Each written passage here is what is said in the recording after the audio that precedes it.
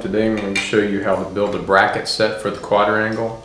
There's 5 pieces. There's this base piece, 2 of these sliding pieces, and a wing nut, and this post, threaded post.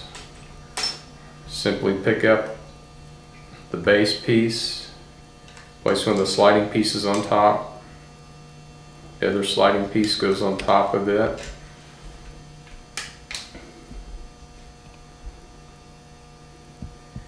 The post goes from the top through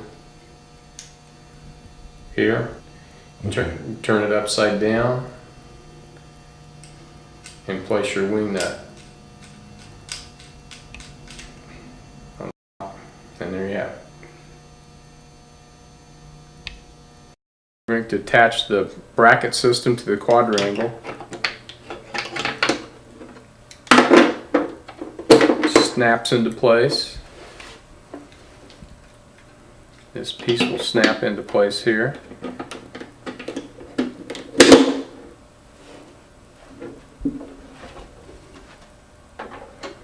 And you might have to make some adjustments under your bracket system to accommodate the width of your partition.